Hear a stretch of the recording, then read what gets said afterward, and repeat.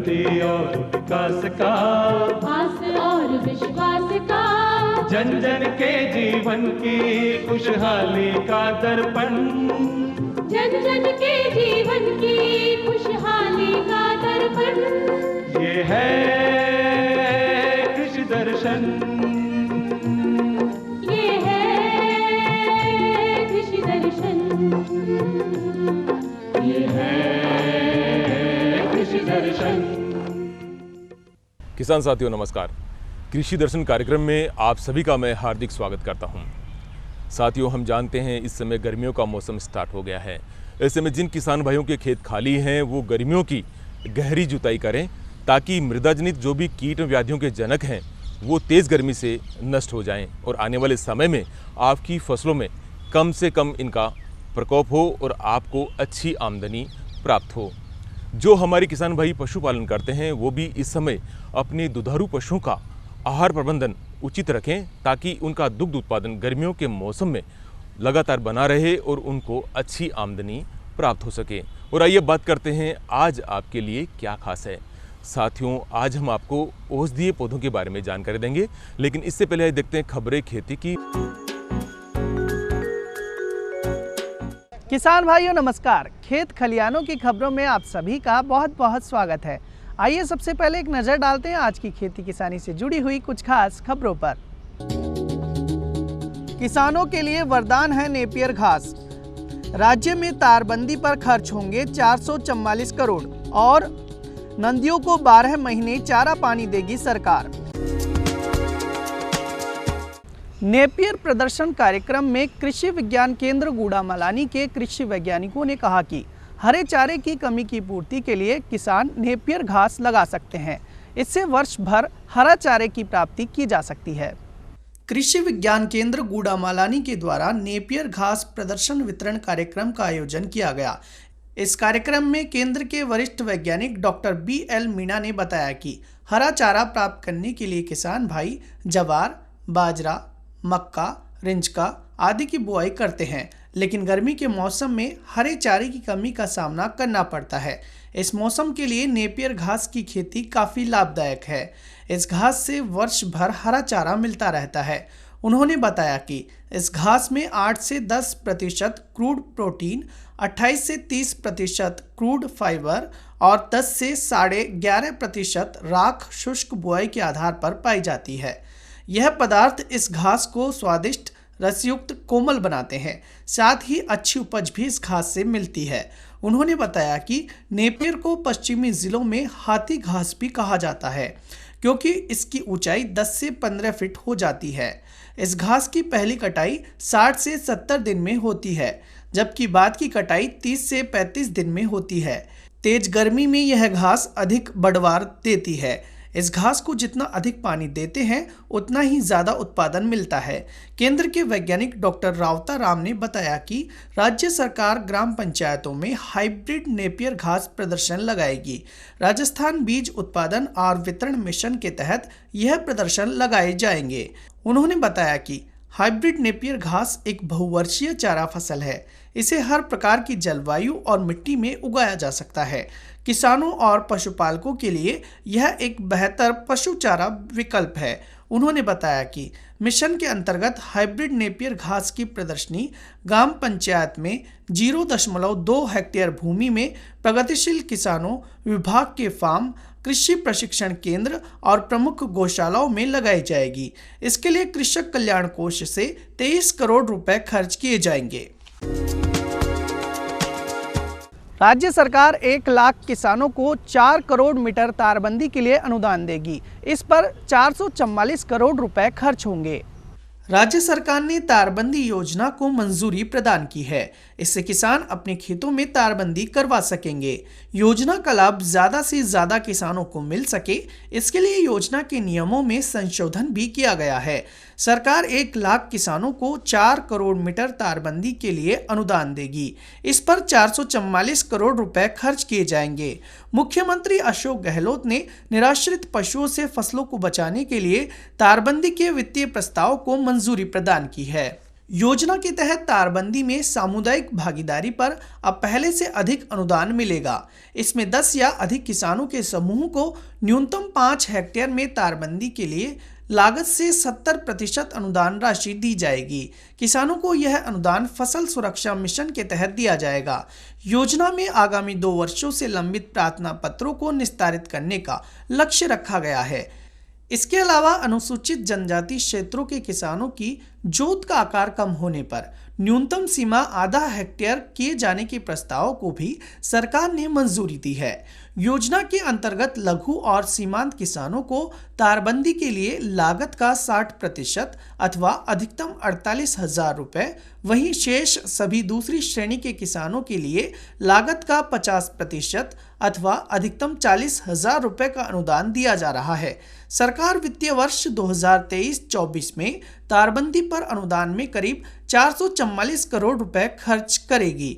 इनमें 391 करोड़ रुपए कृषक कल्याण कोष से व्यय किए जाएंगे, वहीं 25 करोड़ रुपए राज्य योजना से वहन होंगे। शेष 28 करोड़ 40 लाख रुपए राष्ट्रीय खाद्य सुरक्षा मिशन के तहत खर्च किए जाएंगे। उल्लेखनीय है कि राज्य सरकार ने इस वर्ष अपने बजट 2023-24 में राजस्थान फसल सुरक्षा मिशन अंतर्गत तारबंदी को निरंतर जारी रखने की घोषणा की थी। निराश्रित नंदियों से अब किसानों को छुटकारा मिलेगा। सरकार ने नंदियों के भरण पोषण के लिए 12 महीने अनुदान देने का निर्णय लिया है। सरकार ने अब नंदीशाला के नियमों में भी बदलाव किया है, जिससे कोई भी नंदीशाला खोल सकता है।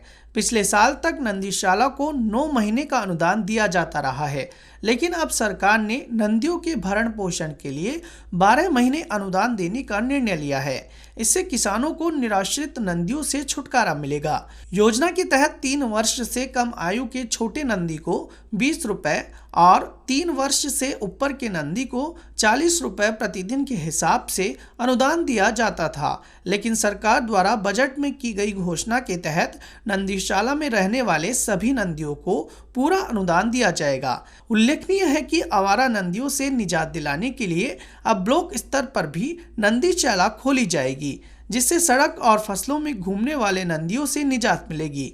अब ब्लॉक स्तर पर नंदीशाला खोलने की योजना है। इसके लिए नियमों में भी फेरबदल किया गया है। पहले 20 बीघे जमीन पर नंदीशाला खोली जाती थी, लेकिन अब 10 बीघे में भी नंदीशाला खोलने पर सरकार की ओर से 1.5 करोड़ रुपए का अनुदान दिया जाता है। जिला स्तर की नंदीशाला में 500 नंदी होने चाहिए, जबकि ब्लॉक स्तर की नंदीशाला में 100 नंदी होने चाहिए।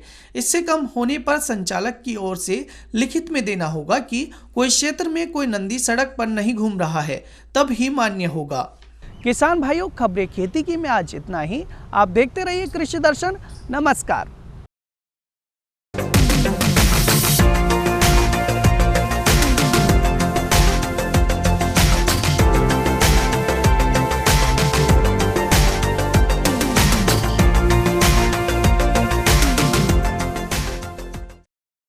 कार्यक्रम में फिर से आप सभी का स्वागत है।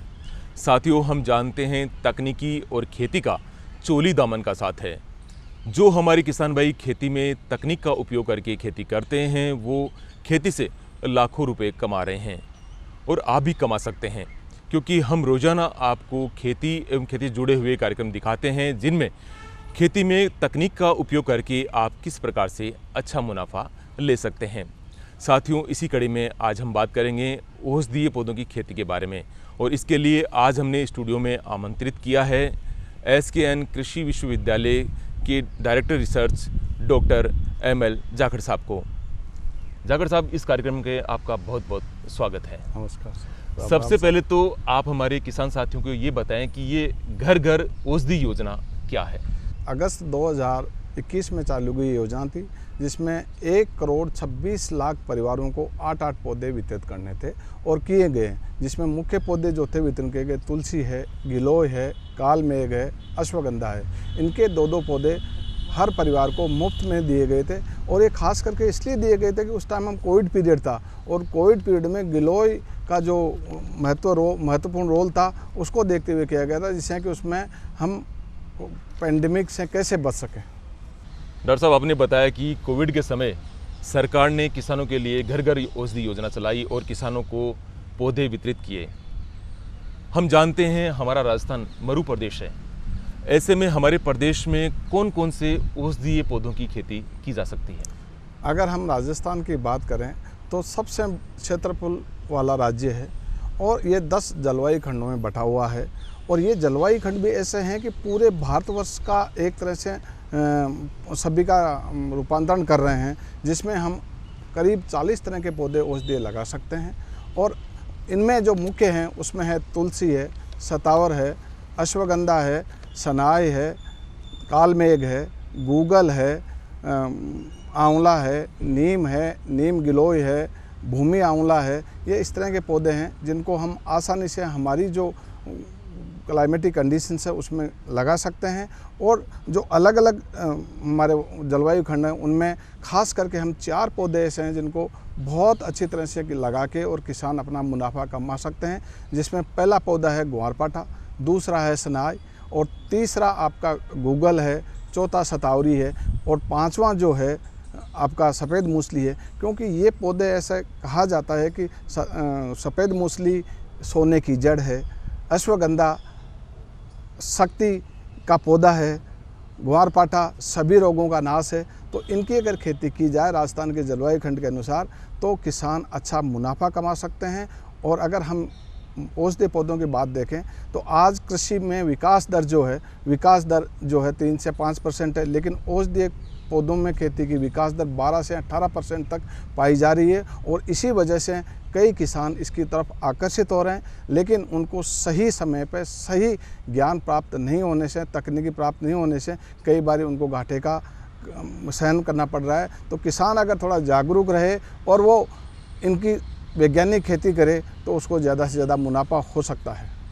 जागर साहब, अभी आपने किसान भाइयों को बताया कि सनाई, ग्वारपाठा, अश्वगंधा, ये शायद सभी किसान भाई इनके बारे में जानते हैं। और आपने ये भी बताया कि राजस्थान के बहुत बड़े भूभाग में इसकी खेती भी की जाती है। तो हमारे प्रदेश के ऐसे कौन कौन से ज़िले अग्रणी हैं जो मेडिसिन प्लांट यानी जो अपने ये जो पौधे हैं औषधीय प्लांट हैं इनकी खेती करते हैं, और ये कितने भूभाग में की जाती है? औषधीय पौधों की खेती किन किन जिलों में की जा रही है उसका अगर हम चर्चा करें तो अश्वगंधा हमारे मुख्य रूप से कोटा, नागौर और इन जिलों में हो रही है। ग्वारपाठे की बात करें तो जो शुष्क क्षेत्र हमारे हैं, जयपुर है, सीकर है, चूरू है, नागौर है, बीकानेर है, जोधपुर है, जैसलमेर है, बाड़मेर है। इसके अलावा सनाई जो है खास करके पाली ज़िले में सबसे ज़्यादा की जा रही है, सिरोही, इसके अलावा जोधपुर में भी बहुत ज़्यादा की जा रही है। क्योंकि जो सनाई है उसमें कम पानी में अधिक समय तक पैदावार देने की एक क्षमता है। इसकी जड़ 6 महीने के अंदर 1 मीटर तक गहरी जा सकती है, जिससे कम पानी में आसानी से उगाया जा सकता है। और ग्वारपाठा जो हमारा है वो पठारी क्षेत्र में भी किया जा सकता है, बशर्ते कि उस जगह अगर हम खेती कर रहे हैं वहाँ कम से कम पानी भराव नहीं हो। इसके अलावा इसबगोल हमारा एक महत्वपूर्ण औषधीय पौधा है जिसका सबसे ज़्यादा निर्यात किया जा रहा है। और ये औषधीय पौधा खास करके नागौर, पाली, सिरोही, जोधपुर, चूरू जिलों में किया जा रहा है इसकी खेती। जागर साहब, हमारे किसान साथियों को ये बताएं कि जो ये औषधीय पौधे हैं और सुगंधित पौधे हैं इन दोनों में क्या फ़र्क होता है? क्या इनकी खेती करने का तरीका एक है या खेती भी अलग अलग तरीके से की जाती है? औषधीय पौधे तो उन पौधों को कहते हैं जो किसी न किसी रोग निदान के काम लिए जाते हैं, वो औषधीय पौधे हैं। और सुगंधित पौधे वो पौधे हैं जो भोज्य पदार्थ, हमारे सौंदर्य प्रदान, इत्र, इनके लिए सुगंधित पदार्थ निकाले जाते हैं, उनको हम सुगंधित पौधे कहते हैं। इनमें दोनों में फ़र्क है। मुख्य रूप से जो भी हमारे सुगंधित पौधे हैं उनका प्रोपोगेशन बीज के द्वारा नहीं होके बाकी तने के द्वारा, जिसको हम वेजिटेटिव प्रोपोगेशन कहते हैं, उसके द्वारा होता है। जबकि औषधीय पौधों में ज़्यादातर बीज से हैं और कुछ पौधे ऐसे भी हैं जिनका वानस्पतिक प्रसारण के द्वारा भी प्रोपोगेशन किया जाता है। जागर साहब, अभी आपने हमारे किसान साथियों को औषधीय पौधे और सुगंधित पौधों के बारे में बताया, इनकी खेती किस प्रकार से की जा सकती है और किस प्रकार से किसान भाई इनसे मुनाफा कमा सकते हैं। हम जानते हैं कि हमारे प्रदेश में पानी की कमी रहती है और जो बात फसलों की करें तो फसलों को पानी की ज़रूरत पड़ती है। तो ऐसे में हमारे प्रदेश में कौन कौन से औषधीय पौधों की हम खेती कर सकते हैं जो कम पानी में उग सकते हैं? कम पानी में उगने वाले पौधों में सबसे पहला पौधा है ग्वारपाठा। दूसरा सनाई है, तीसरा शतावरी है, ये आसानी से लगाया जा सकते हैं। और 14 पौधा है अश्वगंधा। इनमें कम से कम पानी की आवश्यकता पड़ती है। और इसमें ग्वारपाठा तो ऐसा है कि एक बार आपने लगा दिया तो उसके बाद कई सालों तक इसको लगाया जा सकता है। बारिश नहीं होगी तो ये भी पौधा ख़त्म नहीं होगा और आसानी से कम पैदावार वाली ज़मीन, हल्की ज़मीन हो और जिसकी गहराई कम हो, वहाँ भी इसको लगाया जा सकता है। और राजस्थान में हमारा जो अरावली क्षेत्र है, वहाँ ज़मीन की गहराई बहुत कम है, 6 इंच के करीबन है, तो वहाँ भी इस पौधे को लार्ज स्केल पे लगाया जा सकता है, बशर्ते कि हमारी सरकार इसके लिए प्रोसेसिंग प्लांट की सहायता दें, जिससे कि जो हमारा प्रोड्यूस आ रहा है किसान उसका प्रोसेस करके अधिक से अधिक मुनाफा कमा सके। हमारे जो औषधीय पौधे हैं उसमें खास करके एलोवेरा का जूस काफ़ी पॉपुलर हो रहा है। सुबह लोग घूमने के टाइम भी इसका इस्तेमाल करने लगे। तो इसके लिए कैसे इसका जूस बनाएं, ये तकनीक किसानों को प्रशिक्षण देना चाहिए। उसमें प्रयुक्त होने वाली मशीन भी किसानों को रियायती दर पर उपलब्ध कराई जाए तो इसकी खेती को प्रोत्साहन मिल सकता है। साथ में आंवला जो हमारे क्षेत्र में काफ़ी हो रहा है, उसके लिए कैसे मुरब्बा बनाया जाए, कैंडी, और इसका मार्केटिंग कैसे किया जाए, इसका पूरा ध्यान रखना है। और किसान भाई जब इनकी खेती शुरू करते हैं तो सबसे पहले ये देखें कि मुझे क्या पदार्थ बनाने हैं, क्योंकि अगर सीधा माल वो बेचेगा, सीधा पत्ता बेचेगा अनप्रोसेस्ड, तो उसको ज़्यादा मुनाफा नहीं होगा। वो प्रोसेस्ड बेचे, इसके लिए वो संपूर्ण जानकारी रखे कि मुझे इसके क्या क्या प्रोडक्ट बनाने हैं और इनकी मांग बाज़ार में क्या है और किस भाव से और किस समय बिकेगा, इन चीज़ों का खास करके ध्यान रखें।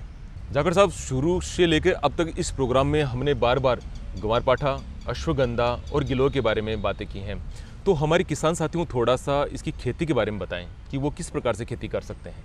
अगर कोई किसान भाई ग्वारपाठा की खेती करना चाहता है तो उसको 2 बातें खास करके ध्यान रखनी चाहिए। एक तो भूमि का चयन जिसमें पानी नहीं भरता हो, दूसरा उनकी प्लांटेशन किस तरह से करें, उस प्लांटेशन के लिए फ्लैट पे करें, मेड बना के नहीं करें, क्योंकि राजस्थान में 2 तरह की मिट्टियाँ हैं, या तो हल्की मिट्टी या भारी मिट्टी है। अगर मेड बना के करता है तो भारी मिट्टी गर्मियों में सूख जाती है और पौधे की बढ़वाड़ नहीं होती है, और बारिश के समय इतनी ढीली हो जाती है कि पौधा सीधा नहीं रह पाता है। इसलिए इसको फ्लैट में बुआई करें और पौधों की जो संख्या है 20 से 22 हज़ार प्रति हेक्टर प्रयुक्त करें। और ख़ास करके जहाँ से भी पौध लें उसमें ये ध्यान रखें कि पौध की ऊंचाई 9 इंच से कम नहीं होनी चाहिए। अगर 9 इंच से कम होगी तो पैदावार आपके उतने ही महीने बढ़ जाएगी। जैसे 7 इंच है तो आपको 18 महीने में पैदावार आएगी, अगर 9 इंच की तो 16 महीने में पैदावार आएगी। और समय पर इसकी कटाई कर लें, क्योंकि ग्वारपाठा का पौधा ऐसा है जो पकने के लिए कभी नहीं कहता, ये कभी नहीं शो होता कि मैं पक गया हूँ या मुझे हार्वेस्टिंग करें, इस तरह के कोई उसमें सिम्टम नहीं होते हैं। इसका खास समय ये है कि जब एक पत्ती 300 से 400 ग्राम की हो जाए तो उनकी एक पौधे से 3 से 4 पत्तियाँ काट लें और उसके बाद उसको अगर हल्की सिंचाई की व्यवस्था है तो सिंचाई कर दें, नहीं तो अगले बारिश में जब इसके पत्तियाँ पुनः 300 से 400 ग्राम की हो जाए तो उसमें उसकी कटाई करें। जाखड़ साहब, हम सभी जानते हैं कि कोरोना और उसके बाद में औषधीय पौधों का महत्व बढ़ा है। लोगों ने कोरोना काल में खूब नीम गिलोय का उपयोग किया, अश्वगंधा का उपयोग किया, और हम सभी जानते हैं कि इससे हमारी इम्यूनिटी भी बूस्ट होती है। तो आने वाले समय में इनका आप क्या फ्यूचर देखते हैं? देखिए, औषधीय पौधों का जो प्रयोग है वो आज से नहीं है, मानव सभ्यता के साथ में है। आज हमारे पास मेडिकल सेक्टर में कई तरह की शाखाएं हैं, होम्योपैथी है, आयुर्वेद है, यूनानोपैथी है, एलोपैथ है। लेकिन एलोपैथ में हम ज़्यादा विश्वास कर रहे थे और अभी के समय में एलोपैथ है भी ठीक, लेकिन एलोपैथ में कुछ बीमारियां ऐसी हैं जिनका कोई निदान नहीं है, जैसे कैंसर है, पीलिया है, त्वचा रोग है, गठिया बाई है और घुटनों की सूजन है।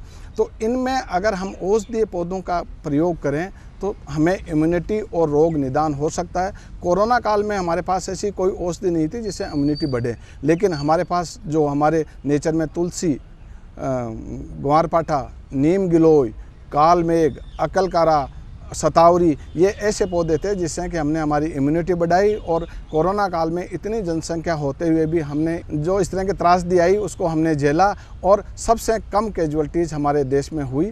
और दूसरा, अगर हम वाणिज्य की बात करें तो आज 2018 से पहले औषधीय पौधों का जो मार्केट था वो $56 मिलियन का था, और वही $56 मिलियन से आज की डेट में करीबन $70 मिलियन है। और ये एक्सपेक्ट किया जा रहा है कि 2026 तक $188 मिलियन का हो जाएगा। तो इसका सीधा है कि 30% हमें बढ़ोतरी प्रतिवर्ष होनी है और इसीलिए किसान इसकी तरफ अग्रसित हो रहा है। लेकिन किसान को 2 चीज़ों का ध्यान रखना पड़ेगा, क्योंकि ये मुनाफे की खेती है। मुनाफे की खेती करने के लिए इस तरफ एकदम अग्रसित नहीं हो, पहले सीमित क्षेत्र में खेती करे, उसके बाद में किस पौधे को हमें लेना है उसकी पूरा संपूर्ण ज्ञान ले, कब उसका लगाने का समय है, कैसे उसकी रोपाई की जाएगी, कैसे उसकी कटाई की जाएगी और कैसे उसका हार्वेस्टिंग के बाद में प्रोसेसिंग किया जाएगा, इन बातों का खास करके ध्यान रखें। और अंत में आता है कि इसका विपणन कैसे करें। तो अभी कुछ ऐसी कंपनियां हैं जो बाई बैक की गारंटी देती है, लेकिन किसान को उनके ऊपर संपूर्ण रूप से निर्भर नहीं रहना होगा। इसके लिए उसको अल्टरनेट मार्केटिंग की व्यवस्था भी सोचनी होगी, जिससे कि अपने प्रोडक्ट का सही मूल्य ले सके और अधिक से अधिक पैदावार के साथ में अधिक मुनाफा कमा सके। जाकर साहब, आज आप हमारे स्टूडियो में पधारे और हमारे किसान भाइयों को औषधीय फसलों के बारे में इतनी महत्वपूर्ण जानकारी दी। उम्मीद करते हैं हमारे किसान साथियों को ये कार्यक्रम बेहद पसंद आया होगा। आज आप पधारे, इसके लिए आपका बहुत बहुत धन्यवाद। नमस्कार साथियों, उम्मीद करते हैं आज का कार्यक्रम आपको बेहद पसंद आया होगा, क्योंकि आप भी औषधीय पौधों की खेती करके अच्छा मुनाफा कमा सकते हैं और आने वाले समय में जैसे जैसे तकनीकी का विकास होगा वैसे वैसे इन फसलों की डिमांड भी बढ़ेगी। साथियों, इस कार्यक्रम से जुड़े कोई सुझाव आपके पास में हैं तो आप हमें इस पते पर लिख भेजें। इसके लिए हमारा पता है कृषि दर्शन, डीडी राजस्थान, दूरदर्शन केंद्र, झालाना डोंगरी, जयपुर, राजस्थान। आप हमें ईमेल भी कर सकते हैं। इसके लिए हमारा ईमेल आईडी है krishidarshanjaipur@gmail.com। तो साथियों, आज के लिए बस इतना ही। फिर आपसे मुलाकात होगी एक नई जानकारी के साथ में। तब तक के लिए हमें आज्ञा दीजिए। जय किसान, जय राजस्थान, जय भारत।